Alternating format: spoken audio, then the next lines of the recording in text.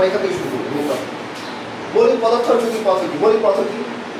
যেসব পদার্থকে আর ভাঙা যায় না। ভাঙা যায় সেটি মৌলিক পদার্থ। যৌগিক পদার্থ হচ্ছে আর যেসব পদার্থ এক বা একাধিক মৌলিক পদার্থ। যেমন এক্সাম্পল হিসেবে আমরা ধরতে পারি হচ্ছে কি nitrogen, phosphorus, carbon, oxygen, helium, calcium, argon, sulphur. 118 নম্বর। হ্যাঁ, তাহলে এগুলো নাইট্রোজেন গ্যাস আকারে থাকে, তাহলে N প্রকার থাকে। এটা তো ধরো নাইট্রোজেন সিঙ্গেল থাকতে পারবে না, গ্যাস। যেমন হাইড্রোজেন H2। তো এটাকে যখন আমরা ভাবতেছি এটা ছাড়া কিছু পাচ্ছি না, কিন্তু এটা পরমাণু চলে আসা কিছু পাচ্ছি না, তাহলে ফার্স্ট পরে তুমি একটু মনোযোগ দাও, কিন্তু একটু মনোযোগ পড়া আসে দেখতেছি, তুমি একটু মনোযোগ ভালো মনোযোগ দাও। তাহলে এটা ছাড়া কিছু পাওয়া যাবে, কিছু মৌলিক পদার্থ, জৈব পদার্থ করে একটা ভাঙা বর্ণ কিছু পাইতে। আচ্ছা, আমাদের শরীরে অনেক কিছু থাকে, আমাদের লাগবে না, এগুলো আমরা মেন টপিকে যাবো। কোনো পরমাণু বেসিক বিষয় দেখে নিই তার কি অবস্থা। ধরো আমাদের কাছে হচ্ছে পানির সঙ্গে কি তুমি বলো H2O ভাঙলে কি পাওয়া যায়? আচ্ছা, H2O টা একটা অন্য পরমাণু। কোনটা? ও H2 পরমাণু, আমি মানে ওইটার মধ্যে এটা হচ্ছে অণু। H2O হচ্ছে একটা অণু। আর H2O কে ভাঙলে কি পাওয়া যাবে? তিনটা পরমাণু পাওয়া তিনটা পরমাণু পাওয়া যাবে। আর হাইড্রোজেন কয়টা পরমাণু থাকবে? আর অক্সিজেন একটা পরমাণু থাকবে। টোটাল তিনটা পরমাণু থাকবে। তাহলে অণু বড় না পরমাণু বড়? অণু বড় না পরমাণু বড়? অণু বড়। অণু বড়। অণুকে ভাঙলে পরমাণু আমরা পাচ্ছি। আচ্ছা, ঠিক আছে। তারপরে আসো যে আমরা এগুলো লাগবে না, এগুলো তুমি জানো, কম বেশি জানো না? কম বেশি তো করছো। আর না বললাম সব কিছু দেখে শিখাবো। আর এটা আচ্ছা বলো, এখানে এটা তোমাদের কোশ্চেন করলাম, এটা একটা অন্য পরমাণু। এটা সালফার গ্যাস অণু। এটাকে ভাঙলে কয়টা পরমাণু পাবো? এটা মানে হাইড্রোজেন পাবো 4টা, আর হাইড্রোজেন পাবো 4টা, আর সালফার পাবো 4টা। এভাবে অ্যামোনিয়া এগুলো সবগুলো তোমার মোটামুটি বেসিক ক্লিয়ার আছে। এবং সাংগঠনিক কণা। এখন পরমাণুকে ভাঙা যায় কিনা বলো তো? ধরো আমরা তো অণুকে প্রথমে চিন্তা করবো বিজ্ঞানী, আচ্ছা অণু পর্যন্ত গেলাম, অণুকে ভাঙা পরমাণু পাই, পরমাণু কিছু ভাঙা যাবে? পরমাণু ভাঙা যায় ইলেকট্রন, প্রোটন আর নিউট্রন। আর আরো কিছু কিছু আছে, ওগুলো হচ্ছে আলফা, বিটা, রশ্মি। ইয়েস, তার অপোজিট আছে। তার মাঝখানে কি থাকে? এটা বলা হয় নিউক্লিয়াস। আর কক্ষপথে কি থাকে? কক্ষপথে ইলেকট্রন থাকে। আচ্ছা, নিউক্লিয়াসের ভিতরে আর কিছু থাকে? নিউক্লিয়াসের ভিতরে নিউট্রন আর প্রোটন। নিউট্রন আর প্রোটন থাকে। তাহলে একটা পরমাণুর ভর নির্ধারণ হয় কোনটার মধ্যে? নিউট্রন আর প্রোটনের মধ্যে। নিউট্রন আর প্রোটনের মানে নিউক্লিয়াস যে ভরটা, নিউক্লিয়াসের ভরটা, ইলেকট্রনের ভর আছে, নেগলিজিবল ধরা হয়। যার কারণে আমাদের প্রোটন আর নিউক্লিয়াসের ভরটাকে আমাদের মেইন পরমাণুর ভর হিসেবে চিন্তা করা হয়। এই আধারগুলো বুঝতে পারছেন? ক্যালকুলেটর তুমি বের করা যায়, জানো এটা? ক্যালকুলেটর বের করো। পারমাণবিক সংখ্যা বিষয়টা কি বলতো? পারমাণবিক সংখ্যা বলতে কি বোঝায়? একটা অণু একজন বলো না, প্রোটন সংখ্যা কি পারমাণবিক সংখ্যা না? প্রোটন সংখ্যা, নিউট্রন সংখ্যা কিন্তু পারমাণবিক সংখ্যা বলবো না। প্রোটন সংখ্যা মানে কি? প্রোটন বলতে পজিটিভ বোঝায়। তাহলে প্রোটন সংখ্যা মানে পারমাণবিক সংখ্যা, মানে প্রোটন সংখ্যা মানে পারমাণবিক সংখ্যা। প্রোটন সংখ্যা মানে একটা প্লাস, আর নিউট্রন হচ্ছে চার্জ দ্বিগুণ। নিরপেক্ষ। আমি প্রশ্ন করলাম যে কক্ষপথে কি পজিটিভ আর নেগেটিভ সমান থাকে না? আচ্ছা, থাকে। তাহলে এই জন্য পরমাণু কিন্তু নিরপেক্ষ ধরা হয়, চার্জ নাই, নিষ্ক্রিয় বলা হয়। যদি এখান থেকে কোনো একটা ইলেকট্রন বের করা হয় বা ঢোকানো হয়, তখন কিন্তু চার্জ উত্তেজিত অবস্থা থাকে। ধরো আমি এটা কিন্তু চার্জ আছে নাই, চার্জ নাই, আর বর্তমানে চার্জ নেই। কেন? এই প্রোটন নিউট্রন সমান আছে, ইলেকট্রন সমান আছে, যার কারণে কোনো চার্জ নেই। চার্জ তখনই হবে যখন আমি কোনো ইলেকট্রন বের করে দিতে পারি, ঢুকাই দিতে পারি। আচ্ছা, হ্যাঁ, তাপ দেওয়া, হিট দেওয়া। যেমন এই যে স্বাভাবিক অবস্থায় এগুলো কিন্তু ইলেকট্রন আছে, কিন্তু এখানে ইলেকট্রন প্রবাহিত হচ্ছে না, শর্ট লাগছে না। কেন? এখন ভোল্টেজ এখন আর দেয়নি। ভোল্টেজ যখন ধাক্কা দিচ্ছে, তুমি যেটা বলো তাপ দেওয়া, উত্তেজিত করা, ওই উত্তেজিত যখন করবে তখন ইলেকট্রন পাস হওয়া শুরু করবে, মানে অর্থাৎ একটা কক্ষপথ থেকে আরেকটা কক্ষপথে যাবে, তখন কিন্তু বিদ্যুৎ প্রবাহ করবে। আচ্ছা, এখন পরের বিষয় আসি। এখন আসলে হচ্ছে ভর সংখ্যা। ভর সংখ্যা মানে প্রোটন আর নিউট্রন, অর্থাৎ এই যে মাঝখানে যে দুইটার যোগফল, সেটাই হচ্ছে আমাদের ভর সংখ্যা বলা হয়। আচ্ছা, এগুলো তোমরা জানো কম বেশি। তারপরে আসলে যে গেল, এগুলো লাগবে না আমার। তারপরে এখন আসলে যে আমাদের পরমাণু মডেল সম্পর্কে কয়টা বিজ্ঞানী কথা বলছে? রাদারফোর্ড আর বোর। তাহলে এই যে ইয়ং বয়স রাদারফোর্ড ছিল, এরকম উনি এটা কিন্তু আসে 1911 খ্রিস্টাব্দে। 1911 উনি এটা কিন্তু সরাসরি উদ্যোগে চলে আসছে। উদ্যোগে কিছু দেওয়া ছিল, উদ্যোগে আসছে কিনা না 1911 আর 1913, আর কিছু দেওয়া হয়। তারপরে বলছে যে উদ্দীপকের এই মডেলটার কার ভালো শুধু, হ্যাঁ শুধু দেখাবো, কোশ্চেন দেখাবো। তাহলে 1911 হচ্ছে আমাদের রাদারফোর্ড, আর 1913 হচ্ছে বোর। এই 2 বছর পর আপডেট করছে, মানে রাদারফোর্ড 2 বছর পর। তো চলো দেখি আমরা এই এক্সপেরিমেন্ট সম্পর্কে আইডিয়া আছে কার? অ্যাকচুয়ালি এক্সপেরিমেন্টটা করে কি হবে? এক্সপেরিমেন্ট করার জন্য রাদারফোর্ড চিন্তা করছে যে আচ্ছা সবকিছু তো পরমাণু দ্বারা গঠিত, ঠিক আছে, আমরা একটু এক্সপেরিমেন্ট করি। এক্সপেরিমেন্টটা কীভাবে করবো? সোনার তো পরমাণু, সবকিছু পরমাণু, সবকিছু সোনা হচ্ছে একটা কণা, সোনাকে সে পাতলা পাতে পরিণত করছে প্রথমে, করার পরে সেখানে আলফা কণা দিচ্ছে। আলফা কণা হচ্ছে পজিটিভ, তুমি ইজিলি ধরতে পারবে আলফা কণা, তুমি এখন আবিষ্কার করতে পারবে। দেখো আলফা কণা হচ্ছে পজিটিভ, তো সে কি করলো এখান থেকে আলফা কণা পাবো, মানে পজিটিভ কণা কিন্তু বের হচ্ছে, যে জানতো। কারণ বিজ্ঞান যখন তুমি একটা টিচার হবা বা যখন বড় লেভেলে যাবো কোনো বেসিক তুমি জানাই থাকে যে এই লাইটটা হচ্ছে পজিটিভ, যেমন তোমার নিজের কোনো নির্দেশন আইডিয়া আছে বা এটা তুমি জানো এটা হচ্ছে প্লাস্টিকের তৈরি। সো আলফা কণা যখন তৈরি করা ছিল পজিটিভ চার্জ নিশ্চিত করতো, এটা সে জানতো আগে থেকে। তো সে কি করলো পজিটিভ চার্জ নিশ্চিত করলো, কি দেখা গেল এখানে একটু পর্দা রাখছে, পরমাণু ভেদ করে যাচ্ছে না, ম্যাক্সিমাম আলো এখানে পড়ছে, কিন্তু কিছু কিছু আলো কিন্তু আশেপাশে দেখা যাচ্ছে। সে যখন চিন্তা করে আরে কি কাহিনী, সোজাসুজি গেল আমার কিছু কিছু আশেপাশে দেখা যাচ্ছে, কাহিনী কাহিনী চল আরেকটা রিসার্চ করে দেখি। এইটা হচ্ছে সোনার পাচ্ছে না। আর তোমাদের পড়াতে ভালো লাগে, তোমার সব কিছু মোটামুটি আইডিয়া আছে, মানে বেসিক জিনিস আছে। তো এটা হচ্ছে আমাদের সে আলফা পার্টিকেল, এখানে পজিটিভ নিশ্চিত করতেছে, আর এখানে সোনা আছে, এখানে জুম ভার্সন করছি আমি। তো যখন দেখো আমি এখানে আলফা কণা নিশ্চিত করতেছি, দেখা ক্লিক করবো আলফা কণা যাবে, তখন কি হয় এই কিছু কিছু আলফা কণা বেড়ে যাচ্ছে, এটা বলে মধ্যে পড়ছিলাম যে বেগে যায় অবস্থা, কিছু কিছু আলফা কণা বেড়ে যাচ্ছে, বিভিন্ন দিকে নিশ্চিত হয়ে যাচ্ছে। তাহলে পজিটিভ মিশ্রণ করছি, নিশ্চিত করছি, কিছু কিছু আলফা কণা বেড়ে যাচ্ছে। তাহলে কেন বেড়ে যাচ্ছে এটা একটু তোমার আইডিয়া করতে পারবা? বেগে যেতে হয়েছে কি মাঝখানে ফরওয়ার্ড করানো, মাঝখানে পজিটিভ থাকার কারণে পজিটিভ পজিটিভ ডিকাশন হচ্ছে, এই কারণে বেড়ে যাচ্ছে। সে তখন চিন্তা করো আচ্ছা আমি যদি পজিটিভ মারছি তাহলে মাঝখানে নিশ্চয়ই কোনো পজিটিভ কিছু আছে, যার কারণে ডিকাশন বেড়ে যাচ্ছে। আর মাঝখানে যদি পজিটিভ থাকে কক্ষপথে অবশ্যই ইলেকট্রন থাকতে হবে, কারণ নিউট্রাল আছে, পরমাণুটা নিউট্রাল অবস্থায় আছে। যার কারণে সে চিন্তা করে দেখো ঠিক আছে মাঝখানে যদি পজিটিভ আছে ওটাকে আমরা নিউট্রাল নাম দেই, আর আশেপাশে কিন্তু ইলেকট্রন অবশ্যই থাকতে হবে, এটাকে ইলেকট্রন নাম দিই, এইভাবে আবিষ্কারটা করছি।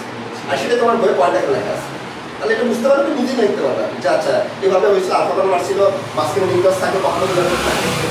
তো সে এটা দেখো এই যে আলফা কণাগুলো বিচ্ছুরিত হয়েছে।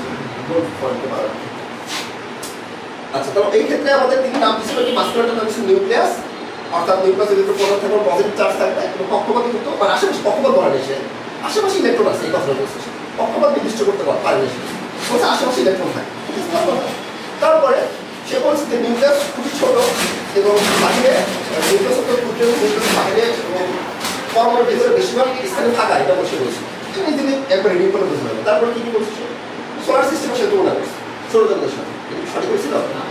আচ্ছা কেন শুনতে পারি? আর সেটা হচ্ছে বিভিন্ন দিকে বিভিন্ন বৃত্তকার মধ্যে, এটা তো সোলার সিস্টেমের মধ্যে নির্দিষ্ট বৃত্তকার মধ্যে। হ্যাঁ এটা রাইট, কথা রাইট। আর একটা মেইন পয়েন্ট আছে, চার্জ নাই, চার্জ নেই। হ্যাঁ আমাদের পৃথিবীকে চার্জ শূন্য ধরা হয়, নিউট্রাল ধরা হয়, কিন্তু আমাদের পরমাণু থেকে চার্জ আছে, নিউক্লিয়াসে চার্জ আছে এবং ইলেকট্রনের চার্জ আছে, সেজন্য সঠিক হয় না, সঠিক দিব। সোলার সিস্টেম রাদারফোর্ডের পরমাণু বলতে সোলার সিস্টেম থেকে মনে করছিল, এটা আমরা দেখছি সোলার সিস্টেম মাঝখানে কি থাকে, সূর্য নিউক্লিয়াস চিন্তা করছে। তারপরে এই যে ডায়াগ্রামটা ইম্পর্টেন্ট, মানে এলোমেলো ভাবে ঘুরতেছে, এদিকে এদিকে এদিকে ওদিকে সব আলোমেলো ঘুরতেছে। আর এটা কিন্তু আমি 2D দেখি, এটা 3D, আর 2D বুঝছো তো, 3D মানে 3D দেখা যাচ্ছে, মানে এটা জাস্ট একটা পিকচার তৈরি করছে। তাহলে এখানে এখানে এখানে সব জায়গায় ইলেকট্রন থাকতে হবে, এইজন্য তারা এটা দেওয়া আছে সোলার মধ্যে তুলনা করে। হ্যাঁ সেই জন্য চিত্র কিন্তু কোশ্চেন এটাও দেওয়া থাকে, কোশ্চেন এটাও দেওয়া থাকে, এটা দেখে বুঝতে হবে আলাদা হবে যে চক্রাকারে এলোমেলো ভাবে ঘুরতেছে, কোশ্চেন দিতে পারছে। আচ্ছা এখন সে এটা একটা কথা বলছিল যে কোনো একটা বস্তুকে, সে আবার ফিজিক্সও জানতো যে কোনো একটা বৃত্তকে কেন্দ্র করে যদি বৃত্তের অবস্থা ঘুরতে চায় তার কেন্দ্রমুখী বলের প্রয়োজন পড়ে। এর ইন্টারভেলটা আছে তোমাদের নাই, কারণ যেটা রাখবা যে এই দেখো আমি যদি একটা রশ্মি এটাকে ঘুরাই, এখানে একটু ইয়ে বাঁধে, এই মডেলটা রাদারফোর্ড, আর এটা এই যে দুটোই রাদারফোর্ড, দুটোই রাদারফোর্ড, এই সব কনফিউশন হয়ে যেত না, এই জন্য বলতেছি। দেখো এটাও চিত্র দেয়, এটাও চিত্র দেয়, একই চিত্র দিয়ে দেয়, মানে এই চিত্র সোলার সিস্টেম শুধুমাত্র এটাও জানতো যে এইভাবে করে, হ্যাঁ এইভাবে এইভাবে ঘুরতেছে, অথবা এইভাবে ঘুরতেছে, অথবা এইভাবে ঘুরতেছে, এইভাবে না ভাবে কোনো নির্দিষ্ট একটা নির্দিষ্ট কক্ষপথ থাকলেও মানে সিকোয়েন্স ঠিক নাই, সিকোয়েন্স কিন্তু ঠিক নেই, কোনোটা এদিকে, কোনোটা ওইদিকে, কোনোটা ওইদিকে, কোনোটা এইদিকে। আর এটা একটা 2D ভাবে জাস্ট একটা পিকচার যদি তুলি সামনে থেকে আমরা এইভাবে দেখি, যেমন আমরাও কিন্তু 2D দেখি, কারণ এটা তুমি জানো না, আমরা কিন্তু 2D দেখি, কিন্তু আমাদের স্পর্শ শক্তিটা দিচ্ছে আল্লাহ, যার কারণে আমরা কিন্তু 3D দেখতে পাচ্ছি, কিন্তু আমাদের পিকচার দেখতেছি 2D। এই স্পর্শকের মাধ্যমে আমরা ওই মস্তিষ্ক দিয়ে সিগন্যাল দিয়ে ওটা 3D কনভার্ট হয়ে গেছে, আমরা দেখি 2D। আচ্ছা ওটা পরবর্তীতে ফিজিক্সে আছে। তাহলে কেন্দ্রমুখী বলের প্রয়োজন, ধরো একটা ঢিল পাতা, ঠিক আছে, ঢিল পাতা যখন এরকম করে হাতে টান লাগে না, তাহলে এটা কি একটা এই কেন্দ্রমুখী বল আছে, ফিজিক্সের ডিটেলস আছে। তার মানে সে বলছে যেহেতু ঠিকঠাক আমাদের ঘুরতেছে, মানে ঘুরতেছে নিউক্লিয়াসের কেন্দ্র করে, তাহলে কেন্দ্রমুখী বলের জন্য সে ঘুরতেছে। ঠিক আছে, ভালো কথা বলছে, ঠিক আছে, ভালো কথা।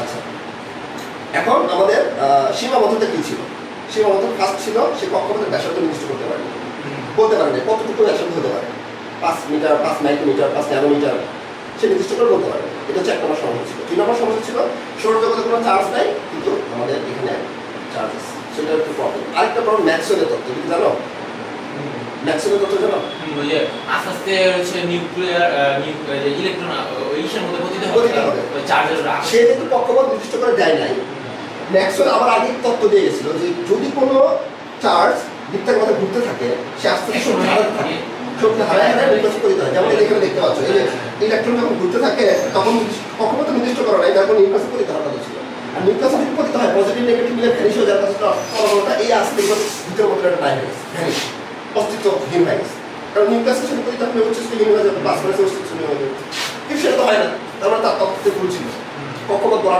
ভালোভাবে বলতে পারবে এখন আসলে পরবর্তীতে বোর এই যে 1913 বোর এসে কি করলো হ্যাঁ ভাইয়া এখানে কিন্তু নিউক্লিয়াস নির্দিষ্ট মানে মাঝখানে আছে কিন্তু কক্ষপথ নির্দিষ্ট করে দিত কক্ষপথগুলোকে কি করলো নাম দিল 1 2 3 4 1 2 3 4 1 2 কি বলছি আমরা কে শেল KLM 1 2 3 4 শক্তি স্তর আচ্ছা তারপরে আরেকটা সূত্র আমি বলে দিয়ে গেল ব্যাসার্ধ বের করার জন্য সেটা হচ্ছে সুপারসিলার এটার নাম কি আচ্ছা তোমার ফিজিক্সের প্রশ্ন যে রৈখিক পরমাণু ভরবেগ নাম শুনছো না ভরবেগের সূত্র কি m * v ভর এবং বেগের গুণফলটা হচ্ছে ভরবেগ এখন ভরবেগ ফিজিক্স আমরা কি অ্যাপ্লাই করি ধরো আমি তোমার সাইকেল নিয়ে আসছি মনে করলাম তোমার ভর আর আমার ভর সেম কিন্তু মানে তোমার ভর বলতে সাইকেলে উঠলাম তুমি উঠছো আর আমি মোটরসাইকেলে উঠছি আমার ভর কিন্তু বেড়ে গেছে তাই না কিন্তু বেগ একই আছে বলো তোমারও 5 মিটার পার সেকেন্ড আমারও 5 মিটার পার সেকেন্ড কিন্তু আমার ভর হচ্ছে ধরো 100 কেজি তোমার ভর হচ্ছে ধরো 10 কেজি তাহলে আমার ভর কত হলো 500 আর তোমার ভর হচ্ছে 50 এখানে আমি কি করতে পারি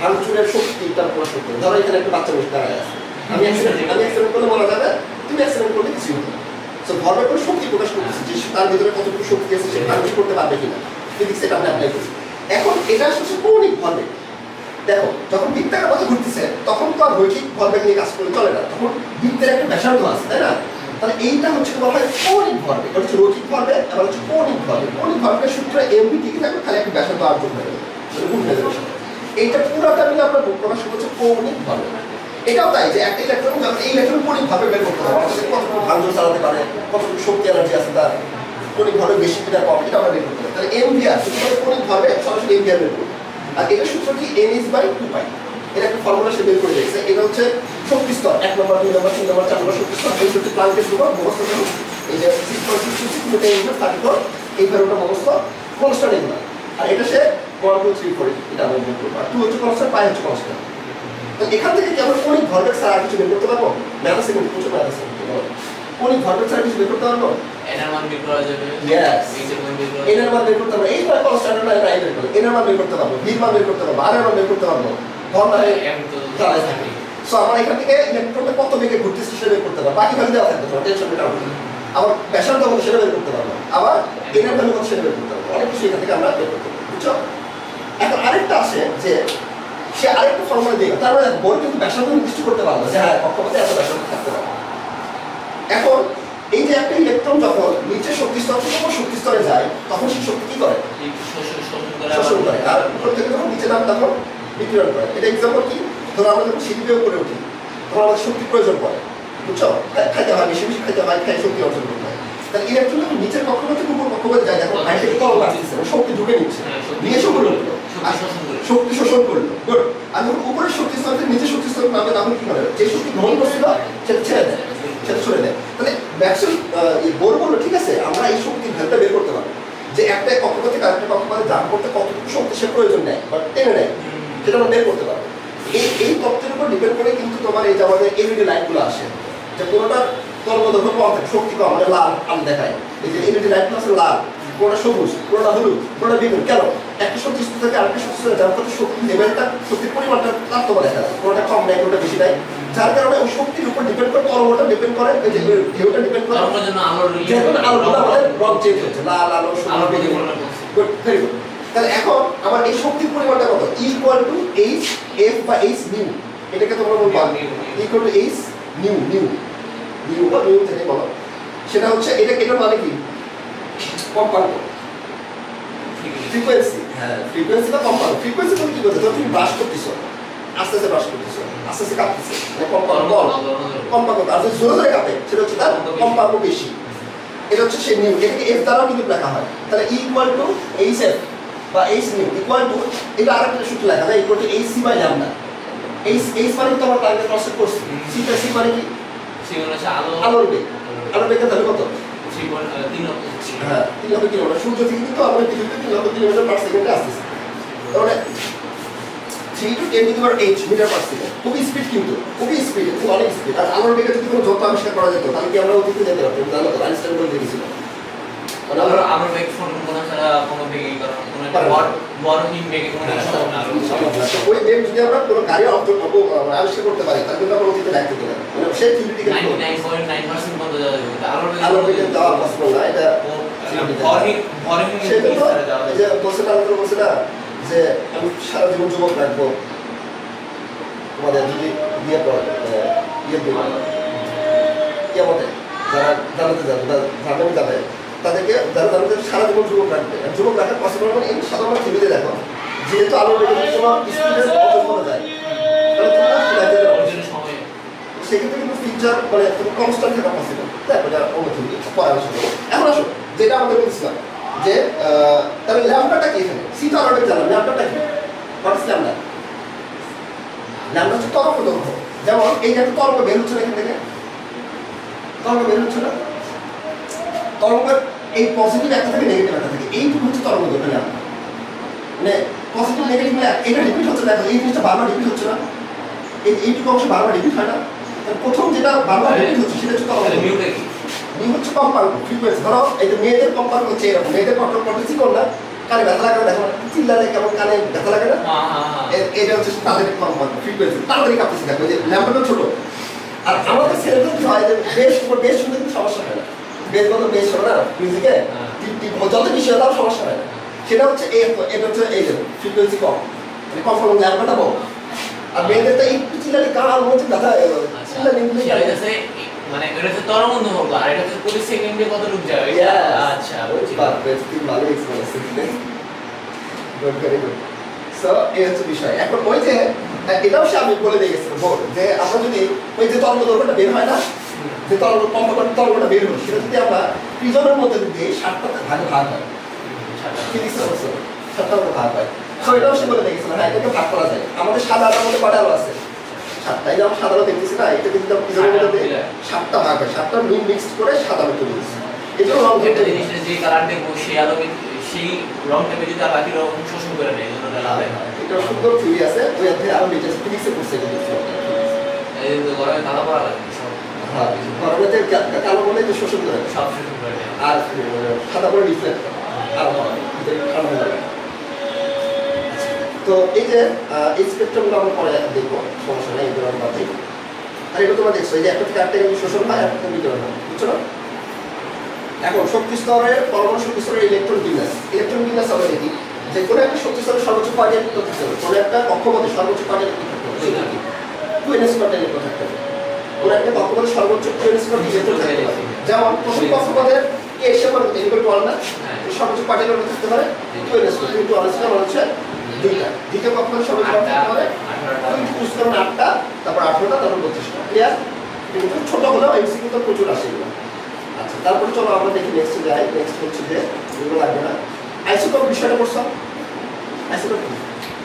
একটা ইলেকট্রন একটা পরমাণুর মধ্যে যদি এক্সট্রা ভাবে প্রোটন সংখ্যা বল, এই দেখো এখানকার সবগুলো প্রোটন সংখ্যা বা পারমাণবিক সংখ্যা সেম আছে, কিন্তু যেটা প্রোটন সংখ্যা আর ভর সংখ্যা যদি আলাদা হয় তাহলে আমাদের কি হয়?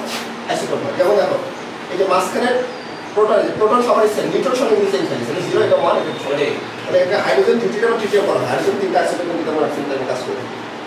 আচ্ছা ব্যাস, এগুলো লাগবে না আমাদের। এখন উপশক্তি স্তর কি?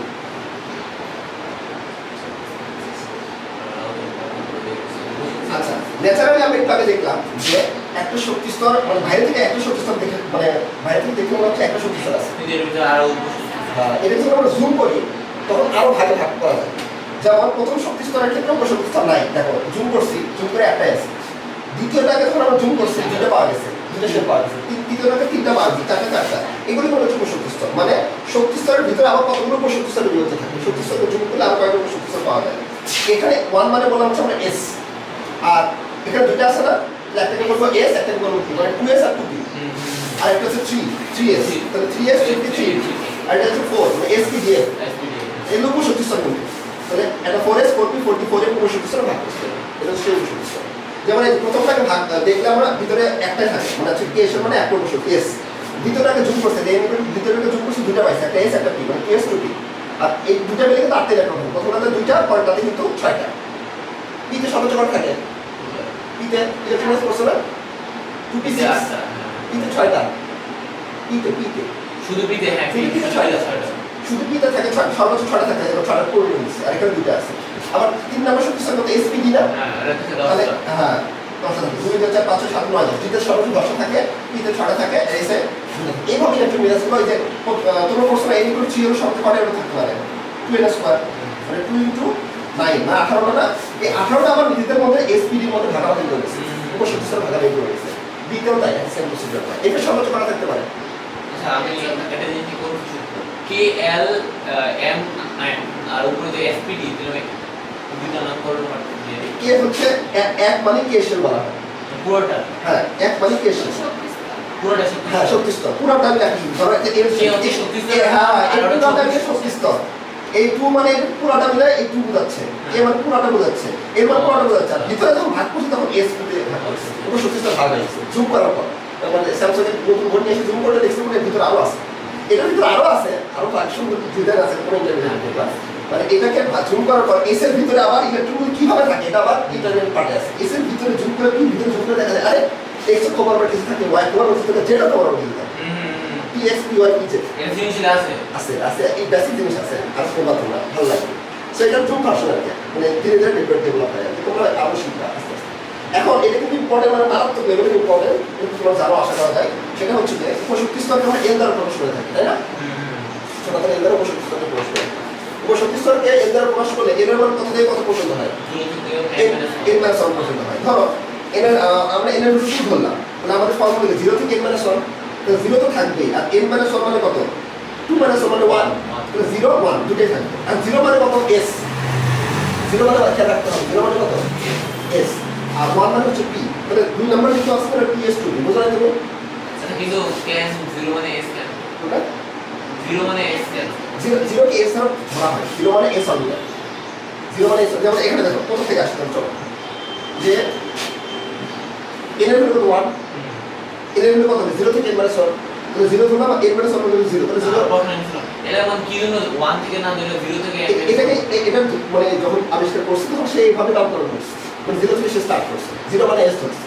তার উপর যেমন দেখো তোমরা বলবা ইলেকট্রন প্রবাহটা আগেকার দিনে যখন বিদ্যুৎ আবিষ্কার হয় না, মানে ইলেকট্রন আবিষ্কার হয় না, তখন কিন্তু পজিটিভ চার্জকে বিদ্যুৎ প্রবাহ ধরা হতো।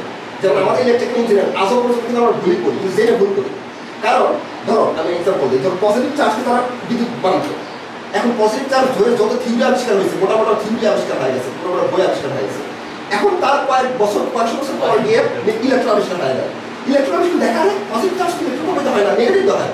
এখন এটাতে যদি প্রকাশ করতে চাই যত থিওরি আছে, যত বই আছে, সব চেঞ্জ করতে হবে। আজও পর্যন্ত ইলেকট্রিক্যাল ইঞ্জিনিয়ারিংয়ে আমরা এইটা দিয়েও পড়াশোনা করছি, এটা দিয়ে আমরা পশ্চিম আমরা জানি এটাতে প্রবাহিত হয়, দুইটা দুইভাবে পড়াশোনা দেখছি, এইভাবে আবার ইনস্ট্রুমেন্টে বলে দিয়ে এটাই দিকে ইলেকট্রন প্রবাহিত দিকে পড়ছি, বা এইভাবে থিওরি ওইভাবে করছি।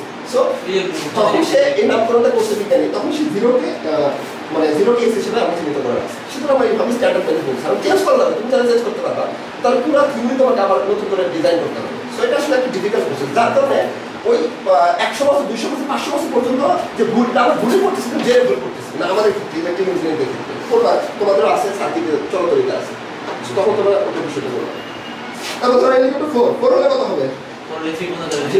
0 মানে s p d f এবং হচ্ছে 4s 44, তার মানে আচ্ছা এর মান 5 বলে এটা পরে কি আর যাবে না, আর যাবে না, 4s 44 f পর্যন্ত থাকবে।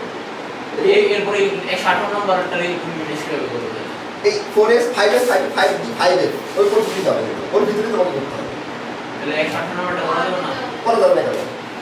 ওটার কি আচ্ছা আমি দেখাচ্ছি একটু, আমার কাছে ডকুমেন্ট আছে।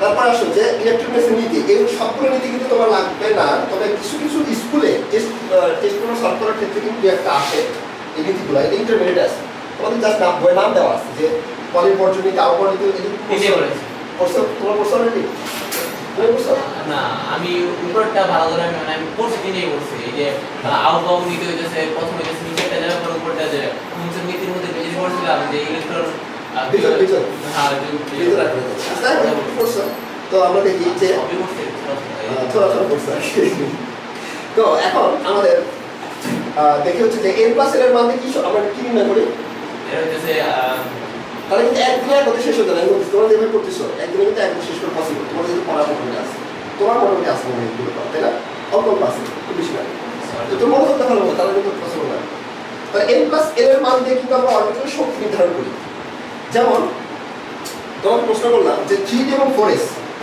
তুমি সিরিয়ালে যাচ্ছ মনে করো 1s 2s 2p 3s 3p 3d তারপর 4s 4p 4d 4 এই কোশ্চেনগুলো বারবারই আসে আমি বললাম সো এভাবে মনে হচ্ছে প্রথমে এসে যাবে তারপর এসে যাবে তারপর পিতে যাবে তারপর এসে যাবে তারপর পিতে যাবে তারপর পিতে এবার সিরিয়ালে মনে হচ্ছে না সিরিয়াল তো এসে যাবে কিন্তু n+l যেটা বেশি হবে সেটা হইতেছে করা যাবে আর যেটা কম হবে সেটা হইতেছে তাহলে n প্লাস l এর মান দ্বারা শক্তি নির্ধারণ করা হয় ঠিক আছে তাহলে n প্লাস l মানে অরবিটালের শক্তি শক্তি যদি কম হয় তাহলে ইলেকট্রনটা প্রথমে সেখানে যাবে কম শক্তিতে যাবে তারপর বেশি শক্তিতে যাবে এখন দেখো 3d আসছে তারপর কত 3d 4s নেচারে যাওয়ার কথা কি 3d তে আগে তারপর 4s যাবে 4s আগে যাবে কিন্তু 4s আগে যাবে কেন আগে যাবে ওই যে n+l এর মান কম 4s এবং 3d তে n প্লাস l এর মান বের করি দেখো এই সামনেটা কি n না শক্তিস্তর তাহলে n এর হলো 3 আর l মানে কত এই দেখো s p d f তাহলে 0 1 2 3 তাহলে n মানে কত 2 মানে d আছে d মানে n মানে 2 d মানে কত এই 2 n+l এর মান হচ্ছে 5 কেন বলবো 2 তাহলে d মানে 2 দিলাম আর n প্লাস l মানে 5 এখন আমরা এটা কি করছি 4s তাহলে n এর ভ্যালু কত 4 আর n এর ভ্যালু কত 0 নাই দেখো 0 s মানে 0 s মানে 0 s মানে 0 আচ্ছা 4 তাহলে দিলাম হচ্ছে s ভ্যালু 0 দিলাম তাহলে n প্লাস l মানে 4 তারপর 3d তে 3d শক্তি বেশি 4s এর শক্তি কম তাহলে 4s আগে যাবে তো আমি লিখব 3 আউটবাউন্ড yes good এখন 3d এবং 4p এর ক্ষেত্রে বলো তো 3d এবং 4p এর ক্ষেত্রে n প্লাস l এর মান 3d আর 4d তুমি বলো তুমি দেখো n এর ভ্যালু কত 3 না আর d মানে কত s e d মানে 0 1 2 মানে 2 তাহলে 5 আসবে 5 মানে আর n এর ভ্যালু হচ্ছে 4 4 আর s e মানে হচ্ছে 1 1 তাহলে হচ্ছে 5 দুটোই সেম আছে তাহলে ইলেকট্রন এখন কোথায় যাবে এতক্ষণ এটা ঠিক আছে ছোট বড় দেখলাম ছোট হলে আগে যাবে বড় হলে পরে 4p হ্যাঁ তাহলে কোনটা যাবে 3d এবং 4p এর ক্ষেত্রে তাহলে ইলেকট্রনটা কোথায় গেল 4p আচ্ছা সিরিয়াল লিখে দেই 1s 2s 2p 3s 3p আর 3d আগে যাবে 3d 3d আগে 4s 3d আগে যাবে কোনটা 3d আগে 3d তে আগে যাবে কেন আগে যাবে কারণ n এর মানটা তখন দেখতে পারবে আরে ও মান সমান কি বলে অনেক সিরিয়াল পরে ওইটা হ্যাঁ সিরিয়ালে থাকো যখন মান সমান আসবে না তখন দেখবে n এর মান যা ছোট সেখানে আগে লিখতে হবে মান কিন্তু সেম সেম আসছে কিন্তু তখন n এর মানটা দেখতে হবে n এর মান বাস তখন কিন্তু কথা বলতে হবে বুঝছো স্যার আচ্ছা এখন ইলেকট্রন বিন্যাস তুমি পারো যদি সমস্যা হয় তো ছড়া দিয়ে করতে পারো ছড়া না হলে তুমি নিজে করতে পারো ছড়া এটা জানবা যে সমস্যা কি আসলে এটা করছো কিভাবে করছো কিভাবে মনে রাখছো ইলেকট্রন বিন্যাস ইলেকট্রন বিন্যাস হয়ে যায় শক্তি স্তর কয়টা আছে যে দুইটা পরে হচ্ছে 8টা যোগ করলে হয় 10টা আর 8টা আমরা করলাম পরীক্ষার টাইম পাবো 50 নম্বর ইলেকট্রন বিন্যাস করতে বলা হবে তখন তুমি কেমন করবা আমি আমি টেস্ট করি আগে আমি টেস্ট করি এটা জানি এটা করছি আচ্ছা এটা দিয়ে করতে পারো অথবা আরেকটা ফর্মুলা আছে মানে ছড়া দিয়ে সেটা হচ্ছে কি 0 0 ক্রিয়া 0 ক্রিয়া 0 দুইবার আনবে ধরো তুমি ক্রিয়াকে ডাকতেছো হ্যাঁ 0 0 ক্রিয়া 0 দুইবার ডাকছো আবার ডিপিএস করো না ইয়াতে দেখে ডিপিএস করো যদি ক্রিয়া 0 দুইবার ডাকছো তাহলে কি করো ডিপিএস খোলো তারপর এফডিপিএস খোলো আমি সিরিয়ালটা দেখে দেখো 0 ক্রিয়া 0 তারপর ডিপিএস খোলো তারপর কি এফডিপিএস খোলো এই ছড়া দিয়ে কিন্তু তোমার এটা আসে দেখো এই দেখো 0 ক্রিয়া 0 ডিপিএস খোলো এফডিপিএস খোলো ও আচ্ছা এটা না করলে হচ্ছে মানে এক্সামিনার করতে সময় যাবে না এখন দেখো আমি সিরিয়াল ওয়াইজ 0 ক্রিয়া 0 এই ডিপিএস খোলো এফডিপিএস খোলো শেষ 100 কে 1 লাখ পর্যন্ত যাবে এইভাবে ইলেকট্রন ঢোকাতে হবে কিন্তু তাহলে এইভাবে ইলেকট্রন ঢুকবে লিখবা সিরিয়ালি এটা দেখো এটা সিরিয়াল লেখা নাই দেখো 1s 2s 2p 3s 3p 3 লেখার কথা ছিল লিখবা সিরিয়ালি ঢুকাবো এইভাবে সেটা ছড়াবে বুঝছো চলো একটা एग्जांपल এই সাধারণ কি এরপর যায় না এরপরে যায় না যেমন দেখা হতে পারে প্রথমে আসে পটাশিয়াম থেকে পটাশিয়াম শুরু করে এটা শুরু করো ফর্মুলা করো দেখো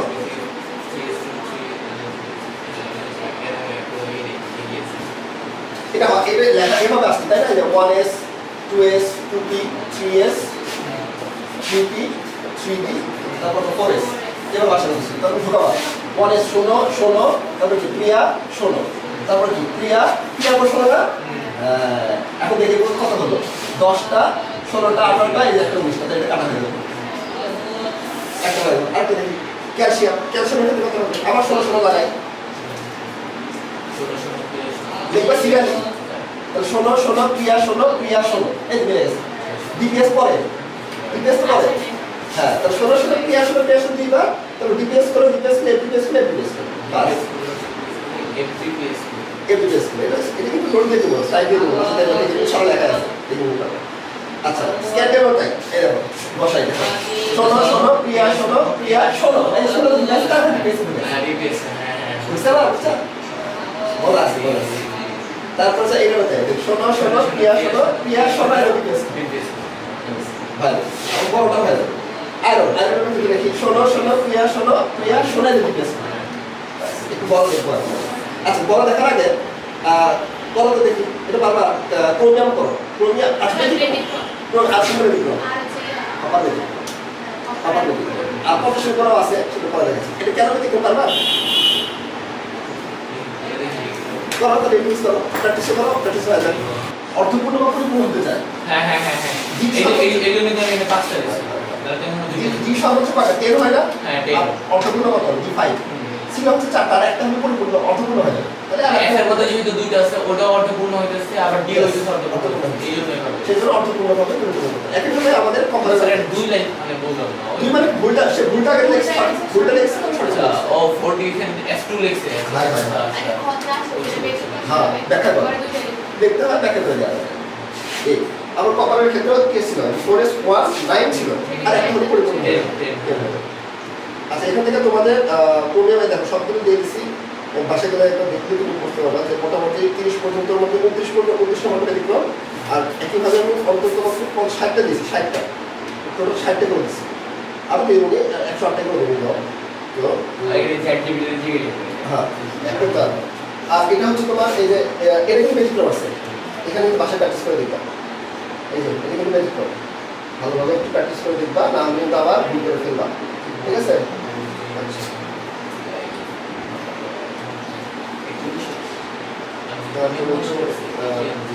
রূপার কিন্তু আছে এই যে ডিটেল ঠিক আছে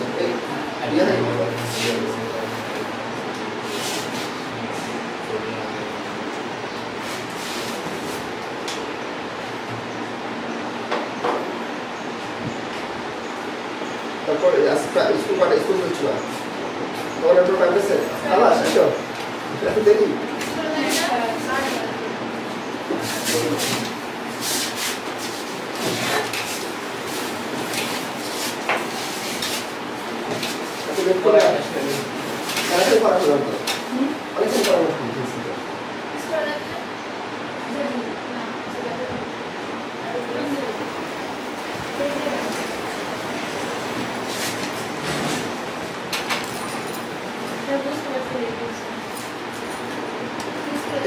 তোমার কেমিস্ট্রি তৃতীয় অধ্যায় পড়া ছিল আগে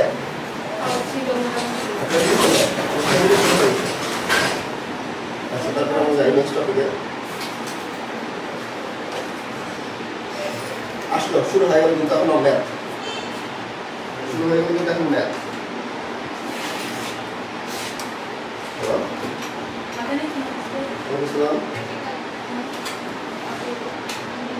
ও আচ্ছা এই মাইলস্টোনে ছিল না তুমি আজকে আসো না আজকে চেঞ্জ হয়ে গেছে কাল থেকে পড়াই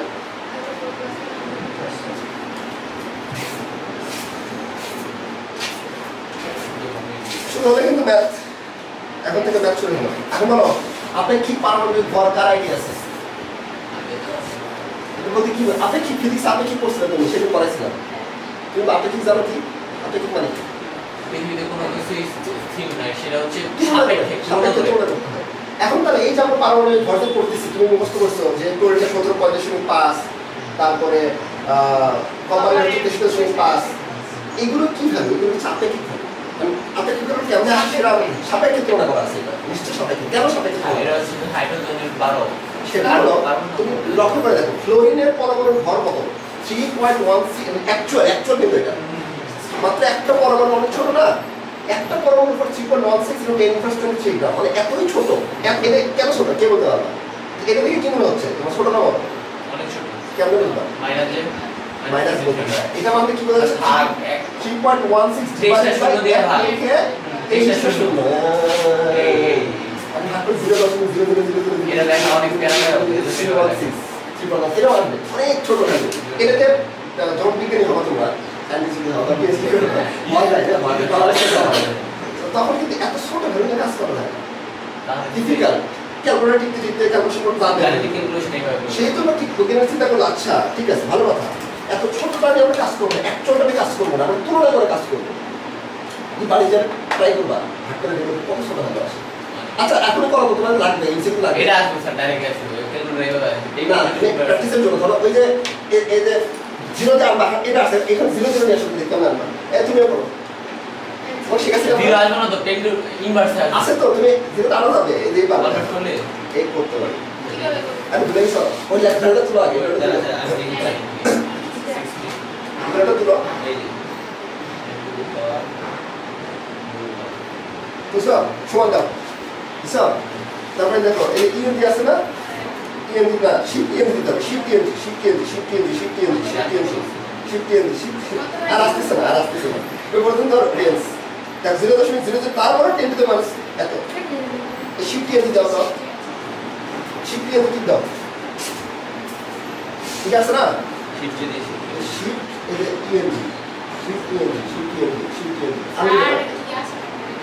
ও একটা করে বাড়বে হ্যাঁ দেখছো এদিকে তার বাম দিকে আমরা 10 মিনিট আর ইএনজি বলতেছি ডান দিকে যাচ্ছে আরে না কোন করে আসবে আর ধরতে পারছি তোমার ক্যালকুলেটর এত সহজ হবে সঙ্গে ক্যালকুলেটর নিতে হবে এমনি লেখা যাবে স্যার এই যে এখন আমি যে এমনি লিখব হালে আমরা দেখতে থাকবো জানি না অনেক বড় খাতায় বুঝবে খাতায় আসবে 23টা ছোট এইটা নিয়ে কাজ করা যায় না, তার কারণে কি করবো বিজ্ঞানীরা কি করে ঠিক আছে তাহলে চিন্তা করে দেখবো আচ্ছা ঠিক আছে আমরা কার সাথে তুলনা করে মেজার করবো, কার সাথে তুলনা করবো প্রথমে মানে ইসের সাথে কার্বনের 12 নম্বর আইসোটোপ আছে, আইসোটোপ আমি তোকে বললাম না কার্বনের সঙ্গে সঙ্গে ফসলের ভিন্ন, তাহলে কার্বনের অনেকগুলো আইসোটোপ আছে তার ভিতরে কার্বন 12 আইসোটোপটা নিব আমরা প্রথমে হাইড্রোজেন দিয়ে তুলনা করব হাইড্রোজেনের সাথে কিন্তু আমাদের তোমাদের সিলেবাস আমরা করব হচ্ছে কার্বনের সাথে সাপেক্ষে, তো কার্বনের 12 নম্বর আইসোটোপ নিছি বলা বুঝছি এটা বেশি একটু ওটাকে 12 ভাগ করছি, কয় ভাগ করছি 12 ভাগ করে এক ভাগ আমরা আলাদা করছি, ওই এক ভাগের সাথে তুলনা করব বুঝছো না।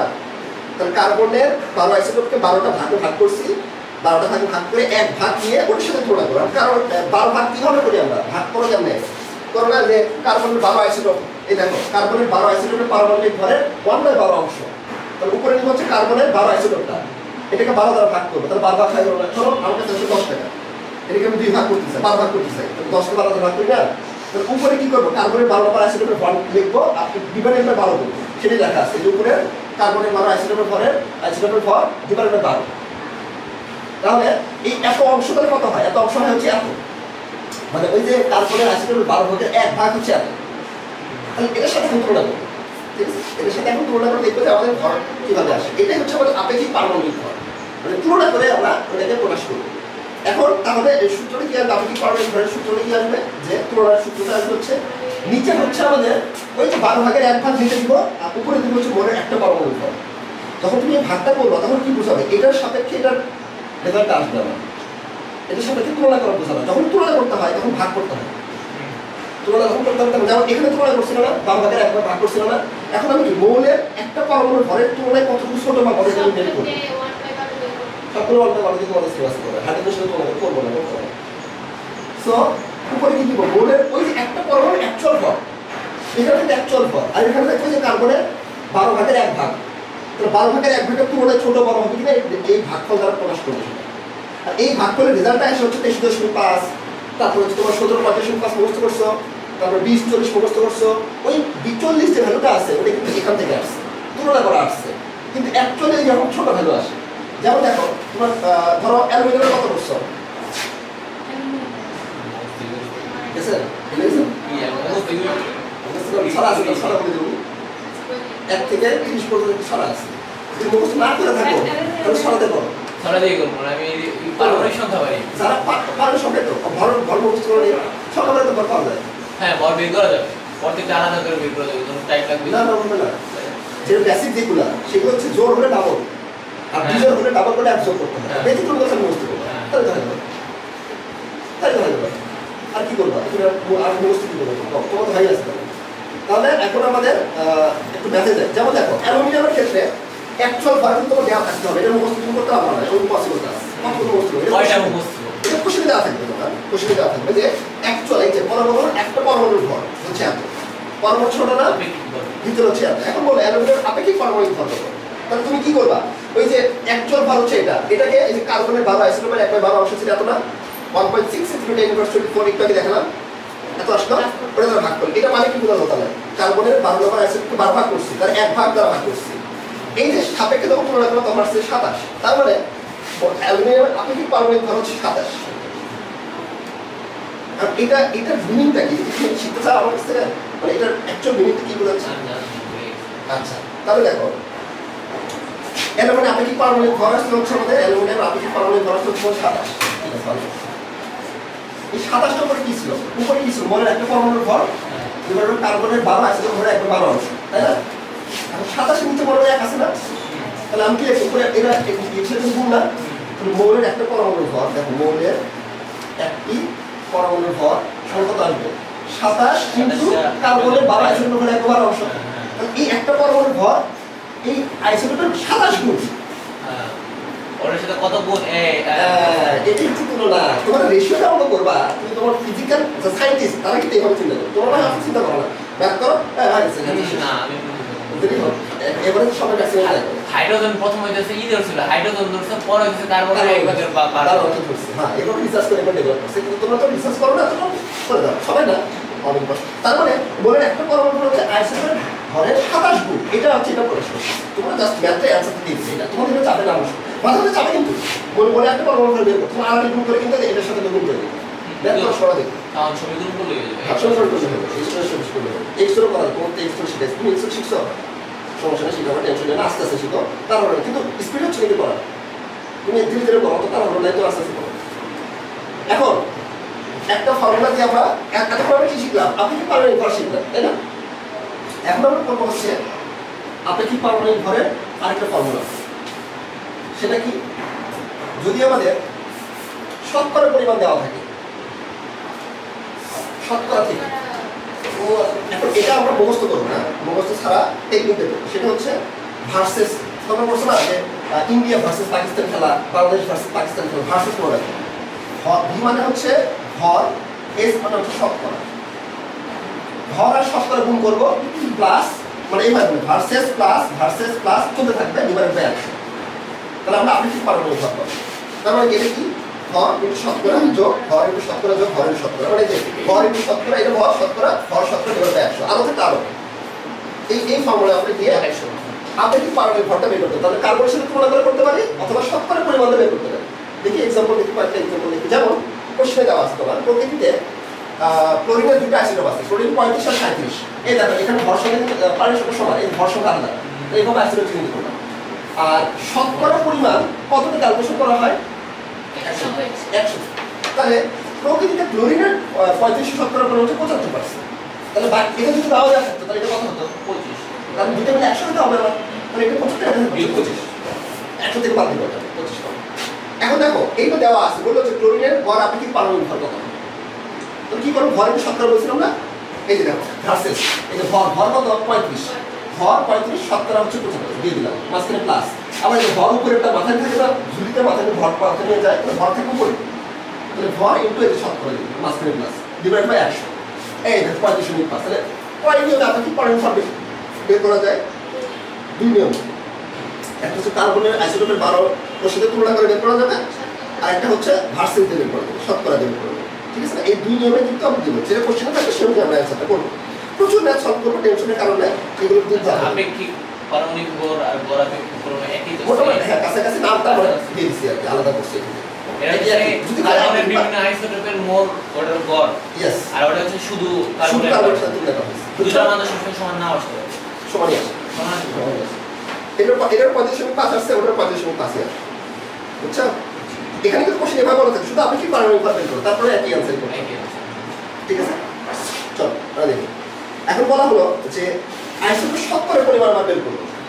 এবার উল্টা রিভার্সে যাচ্ছি আমরা, রিভার্স প্রসেস। ওই যে রিভার্স অসমোসিস করছো না, সরি পানি খাও না, পানি খাও না, ওই যে ফিল্টারে রিভার্স অসমোসিস প্রক্রিয়ায় পানি শুদ্ধ করা হয়। ড্রেনের পানিও যদি দাও পরিষ্কার হয়ে যায়, হাসর তো তাই, হাসর কোনো কারণ নাই, সত্যি আমাদের পানিও কিন্তু এগুলো দেখো, প্রকৃতি এমন একটা বিষয়, এই মাটি কিন্তু ওয়ান কাইন্ড অফ ফিল্টার।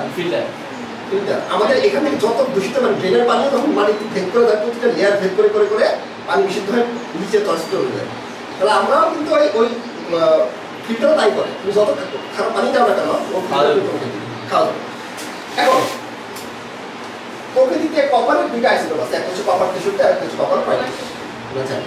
তাহলে এটা বললো যে ভর আপেক্ষিক পারমাণবিক ভর দেওয়া আছে, আবার আপেক্ষিক দেওয়া আছে, এখন শতকরা পরিমাণ বের করতে বলছে। তাহলে হ্যাঁ, তাহলে একটা x দুর্বল আর একটা x মাইনাস x সাথে যোগ করতে হবে। এখন এখন তুমি চিন্তা করো যে আমার কিন্তু এখানে শতকরা পরিমাণ মানে 100% ক্যালকুলেশন করতে হবে, তাই না?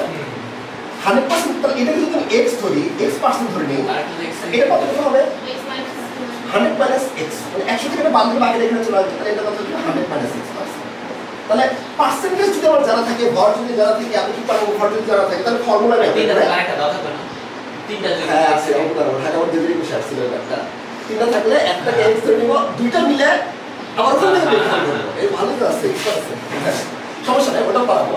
সিলেবাস অন্তর্ভুক্ত, সিলেবাসে এমন কোনো ম্যাথ নাই যেটা বাকি থাকে, এটা হতে সব দেখা যাচ্ছে একটা অধ্যায় থেকে 100টার উপরে ম্যাথ চলে যায়, কারণ এমন কোনো টাইপ নাই যে এখন বর্তমানে তোমাদের প্রশ্ন একটু হালকা দিকে আসছে, আমি এটা অ্যানালাইসিস করে দিচ্ছি, আগে এত দিকে আসছে না, এখন এত ছেলেমেয়ে পড়াশোনা করতেছে, এত আপডেট ভার্সন হয়ে গেছে, ছেলেমেয়ে চ্যাট জিপিটি আর থেকে এআই আসে, দুনিয়ায় চেঞ্জ। এখন তোমাদের কোশ্চেনটাও এখন যেটা ইন্টারমিডিয়েট পড়াইছো তো, ইন্টারমিডিয়েটের ফিজিক্সে ধরো যে ম্যাথগুলো আগে আসতো 1500, 1700, 1800 সালে, সেই ম্যাথগুলো হুবহু কার্বন কপি তোমাদের চলে আসছে, একেবারে হুবহু কার্বন কপি।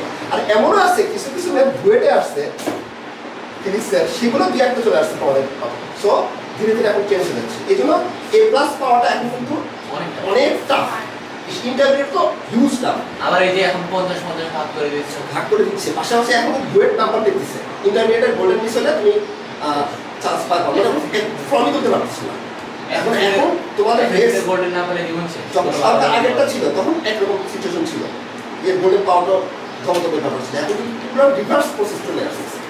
যারা গোল্ডেন পাবে তারা অ্যাকচুয়ালি মেধাবী গোল্ডেন পাবে, অ্যাকচুয়ালি সিরিয়াস করে, কারণ আমি তো পড়ার চ্যানেল দেখছি যে আগেকার পড়ার প্যাটার্ন পুরো এখন চেঞ্জ হয়েছে, কোশ্চেন এত ডিপ থেকে আসতেছে যে সাধারণ দৃষ্টিকোণ থেকে হচ্ছে না, একটু ডিপে থেকে চিন্তা করতে হচ্ছে, বেসিক দিয়ে টপিক বাই টপিক তোমাকে সেটা না বুঝে তাহলে কিন্তু ধরা খেয়ে যাবে, না বুঝে থেকে পরে একদম পিওরলি মারা খেয়ে যাবে যেটা বলছি।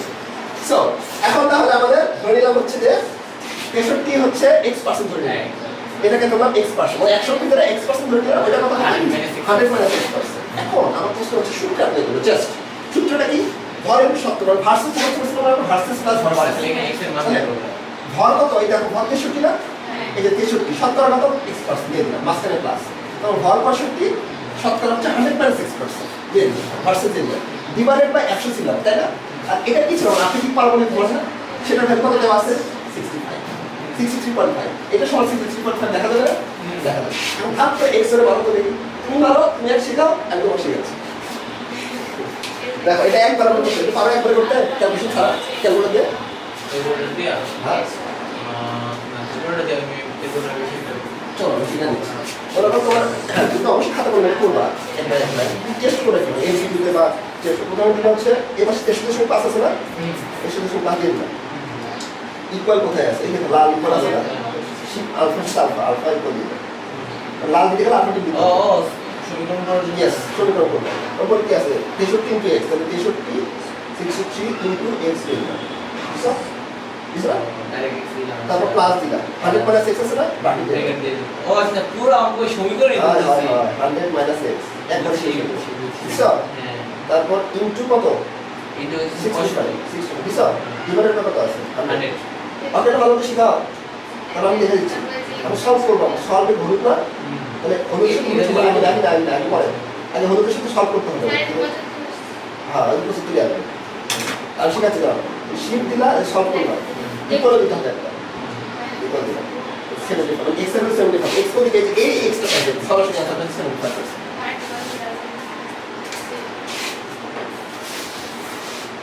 বুঝছো? এটা কিন্তু ফিজিক্স করতে পারবো ম্যাথ করতে পারবো ফিজিক্স করতে পারবো সব কিছু করতে পারবো প্রথম সলভ নম্বর 10 কি আসছে ওটাতে কিন্তু হবে না ইকুয়াল দিতে হবে মানে ক্যালকুলেশন মাস্টার পর্যায়ে আসবে ওটা কিন্তু ফুল প্রসেস ইকুয়াল পর্যন্ত যেতে হবে শিফট সলভ দিছ 23.5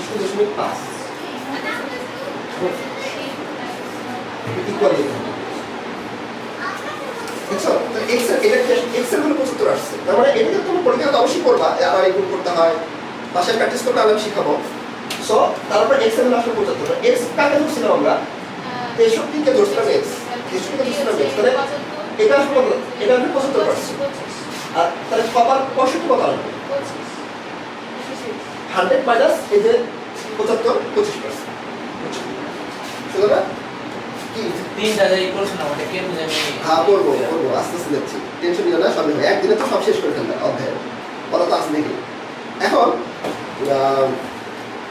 সালফিউরিক অ্যাসিডের আপেক্ষিক পারমাণবিক ভর কিন্তু আমরা আরেকভাবে বের করতে পারি সেটা কিভাবে আচ্ছা বলো তো H2 অণুটা পরমাণু অণু অণুর ক্ষেত্রে আমরা এই দুইটা পাইছি এটা কি আপেক্ষিক ভর ঘর্ষণ এটা বলবো যেহেতু আমরা আপেক্ষিক তুলনা করে শিখছি না এখন টেকনিক্যালি বলবো এটা হচ্ছে আপেক্ষিক আণবিক ভর কারণ অণু থেকে আসছে আর হাইড্রোজেনের ভিতরে কি আছে হাইড্রোজেন দুইটা আছে না হাইড্রোজেন দুইটা আছে একটা H আর একটা H আছে H দুইটা আছে তাহলে হাইড্রোজেনের একটা পরমাণু না এটা কিন্তু হাইড্রোজেনের আপেক্ষিক পারমাণবিক ভর তাহলে পারমাণবিক ভরগুলো ভিতরে ঢুকতে হবে না বাইরে আমি এই কোশ্চেনে বললাম H2 এর হাইড্রোজেনের আপেক্ষিক পারমাণবিক ভর কত তাহলে অ্যানসার কত হবে 1 হবে নট 2 এটা একটু পরে আসবে তোমরা লিখে একটা বলছে দিছে তোমাকে কনফিউশন করে দিছে হাইড্রোজেন অণুর একটি পরমাণুর